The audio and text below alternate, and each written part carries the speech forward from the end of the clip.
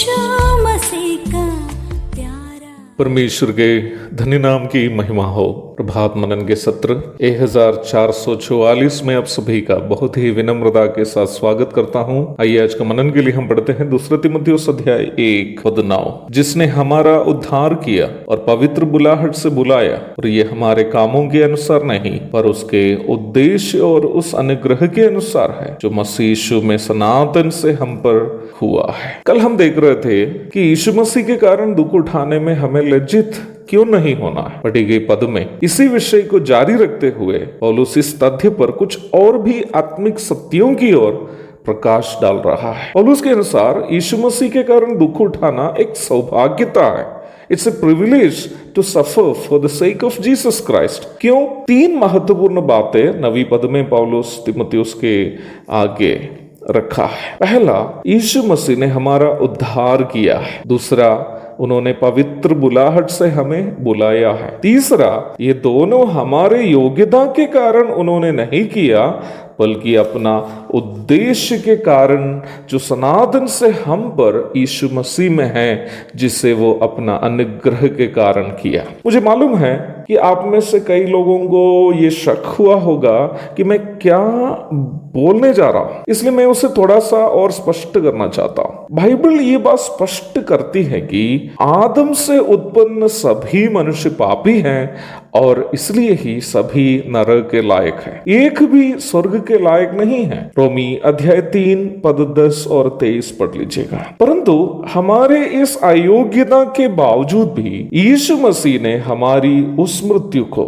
जो हमें नरक में सहनी थी, हमारे बदले क्रूस पर सहकर हमें पाप का दंड नरक से उद्धार किया। आगे पौलुस कह रहा है कि प्रभु ने हमें ना केवल पाप का दंड से उद्धार किया बल्कि हमें एक पवित्र बुलाहट से बुलाया भी है। प्रभु का वो पवित्र बुलाहट का उद्देश्य क्या था? वो हमें बुलाने का एक उद्देश्य है। वो यह है कि हमें बुलाने वाला यीशु मसीह के गुण को हम प्रकट करें। प्रभु ने हमें इसलिए बुलाया कि हम उनके गुणों को प्रकट करें। पहला पत्रस अध्याय 2 पद 9। छल और कपट और दुष्टता से भरे हुए वर्तमान संसार में पाप और पाप का दंड से उद्धार देकर प्रभु ने हमें इसलिए रखा कि हम यीशु मसीह के स्वर्गीय गुणों को प्रकट करें। ये कार्य केवल सुसमाचार प्रचारकों या प्राचीनों का दायित्व नहीं है, बल्कि हर एक उद्धार प्राप्त व्यक्ति का दायित्व है। परंतु ये कार्य वर्तमान संसार में करना आसान नहीं है, क्योंकि संसार के स्वभाव और यीशु मसीह के स्वभाव दोनों बिल्कुल विपरीत है। यहाँ तक हम विश्वासी अविश्वासियों के लिए, संसार के लोगों के लिए करने वाले भलाइयों को भी भलाई के रूप में समझने की क्षमता सांसारिक लोगों को होने की जरूरत नहीं है। ऐसे में यीशु मसीह के गुण को प्रकट करते हुए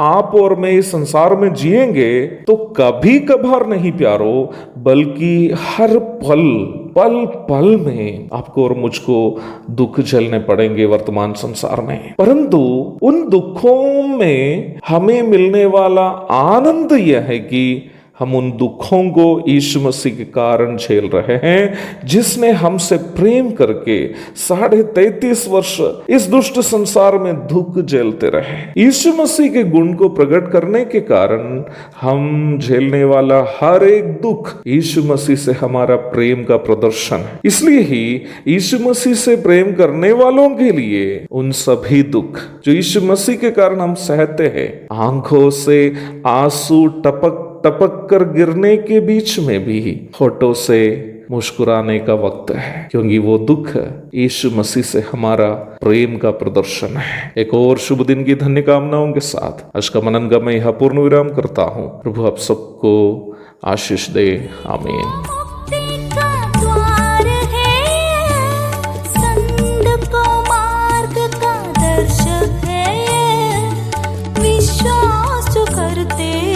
उसके